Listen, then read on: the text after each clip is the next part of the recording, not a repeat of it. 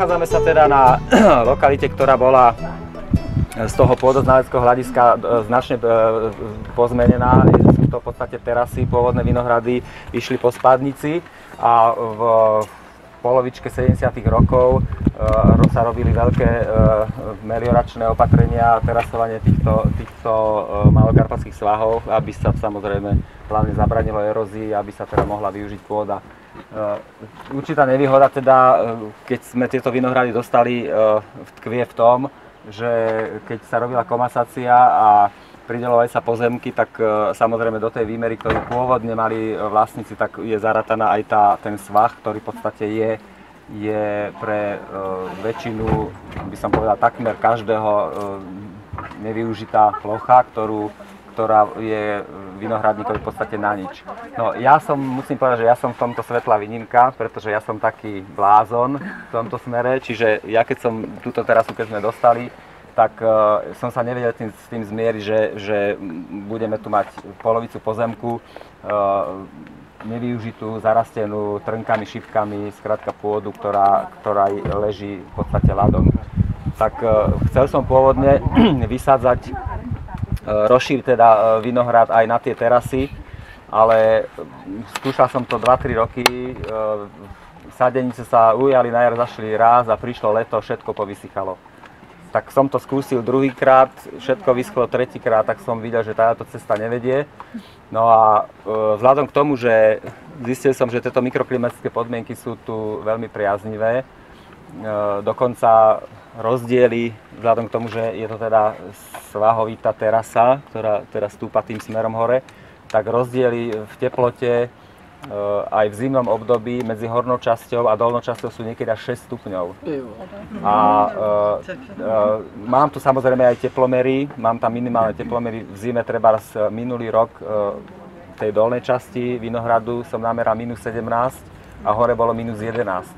A práve to je ten interval, vlastne, v ktorom sa nachádza tá hranica citlivosti tých stredomorských druhov, ktoré budeme vidieť, že v podstate oni väčšinou tých -12 stupňov ešte nejak tak vydržia, keď sú to trvalé mrazy, ale už potom nižšie teploty už skrátka nevydržia.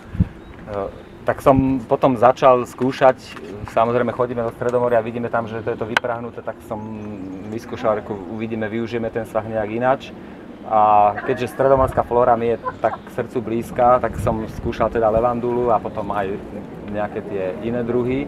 Ale stalo sa tak, že tá levandula je tu teda prevládajúci druh, takže budete vidieť, že gro je to vlastne stredomorský druh, ktorý pochádza z oblasti Stredozemného mora, tak tvorí teda hlavnú taký nosný pilier tej vegetácie je tá levandula a plus samozrejme je tam doplnok rôznych stredomorských druhov, ktoré u nás v našich podmienkach samozrejme bežne neprežívajú zimy a dokonca ľudia, ktorí sem chodia, kamaráti, tak niekedy si zobrali odrezky a že si to vysadia v pezinku, dokonca ani v pezinku to neprezimuje. Takže budete potom vidieť, ja vám aj potom podrobnejšie poviem, že ktoré sú to druhy. Takže skutočne tá mikroklíma je tu veľmi priaznivá a z toho celého sa potom odvíja aj to, že keďže je tu priaznivá mikroklíma, tak sa tu rodia aj veľmi, veľmi kvalitné vína. Takže preto, aby ste sa možno, že sa niekto aj čuduje, že tu tá akcia, ste videli tam letáky, že víno a levandula, že prečo je to tak nejak spojené dokopy. Takže chceli sme ľuďom ukázať, že skutočne tá malokarpatská oblasť je mimoriadne priaznivá mikroklimaticky, je to veľmi, veľmi teplá oblasť. A ten vinič samozrejme tu dáva potom adekvátne kvalitnú úrodu a z toho vyplývajúce kvalitné vína. Takže pomalinky postupne pôjdeme, budete vidieť, že jak tuto v tejto oblasti ešte tá flóra je taká naša, pretože skutočne najlepším indikátorom, samozrejme môžeme my merať teplotu, môžeme my merať všetky ukazovatele meteorologické, ale najlepším indikátorom, najlepším ukazovateľom stavu klímy je vegetácia. To je jednoznačné. Tá nám povie, že či teda je tu tá mikroklíma priaznivá, alebo nie je. A to skutočne je to tak, že vidíme, že v tejto časti, ja som samozrejme skúšal všetky tie druhy pestovať po celej tej terase, ale jedine v tej hornej časti sa týmto druhom darí. Takže postupne pôjdeme, ja vám potom môžete sa pýtať, samozrejme sú tam rôzne druhy, niektoré sú označené, nie všetky mám ešte označené, samozrejme nestíham to, takže potom pri niektorých tých druhoch sa zastavíme, ktoré sú také zvláštne a môžete teda sa pozerať, sú tam rôzne, pôjdeme rovno po chodníčku, pôjdeme hornou časťou a potom sa budeme vracať spodnou, ale sú tam rôzne, takže ja tomu hovorím, že technologické chodíky, kde teda môžete nakúknúť, oni väčšinou sú slepé, alebo teda potom ste sa museli predierať, takže nakúknete, vráťte sa naspäť zase na hlavnú cestu a môžete teda... A potom keď to prejdeme a budeme tu jesť, tak môžete si potom individuálne, keď vás bude niečo zaujímať, tak môžete tam chodiť koľko chcete. Dajte pozor. A môžete si aj natrhať koľko chcete, ale levandulu vám potom dostanete každý výsledky. Áno, že za malú úplatu 10 eur. Dostanete každý výslužku potom. Že nemusíte trhať. Netrhajte, dostanete, lebo... Ale dobré, sme malé batóny. No, to ti bude stačiť, to zase nebude. Takže potom, keď si to bude jesť, tak môžete potom... Ale ani nie to nechci tej hnusné. No nemá to žiadnosť. Nie, a to sú ľudí základ.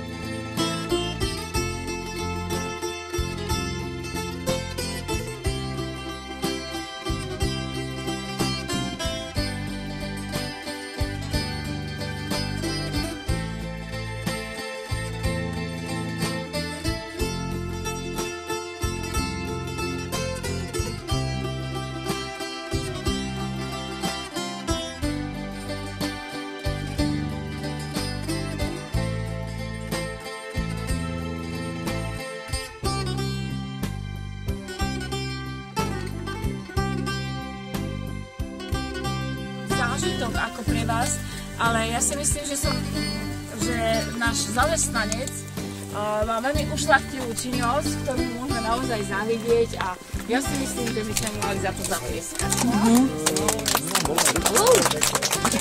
Došlo k tomu, že sa tie terasy takto prehodili na tú opačnú stranu. V druhej polovici 70. rokov sa to robilo. No, to znamená, že vlastne je to premiestnený materiál. Je to premiestnený materiál a keď budete vidieť, tak vy ste mi niečo hovorili o kambizemi, ale tam v podstate není žiadne béčko vyvinuté. Rozumiete? To znamená, že je to premiestnený materiál, ktorý v 70. rokoch, čož nie je taká veľká doba na to, aby sa béčkový horizont vytvoril. Ale v každom prípade áčkový horizont tam je.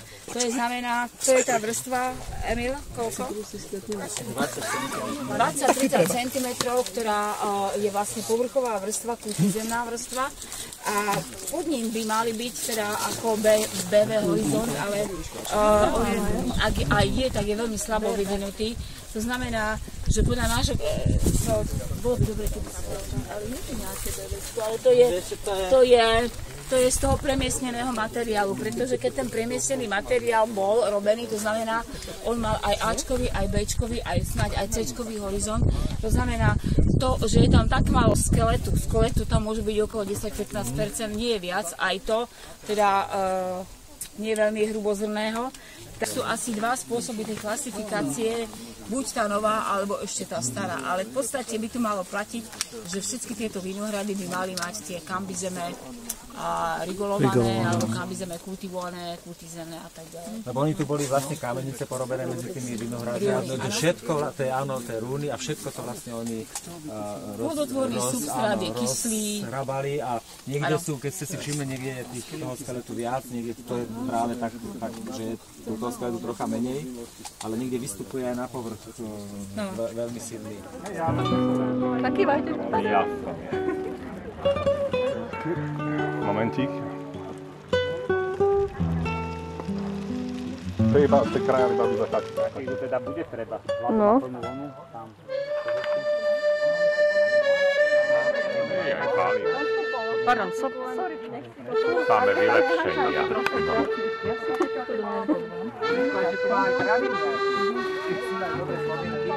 Nie, švédsky stôl.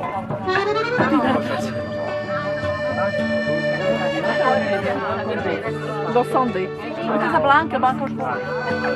Večer začne, ak ešte ostane červené, tak večer začne niekde.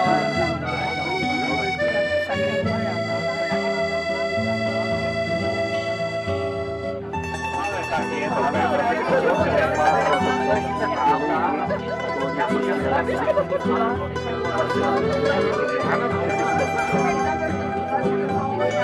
malý chlap, ja som bol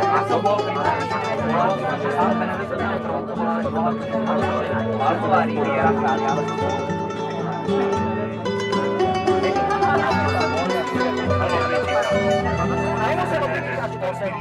Vieš, čo bol problém? Taliani za nimi začali chodiť. Ja som to nacítil.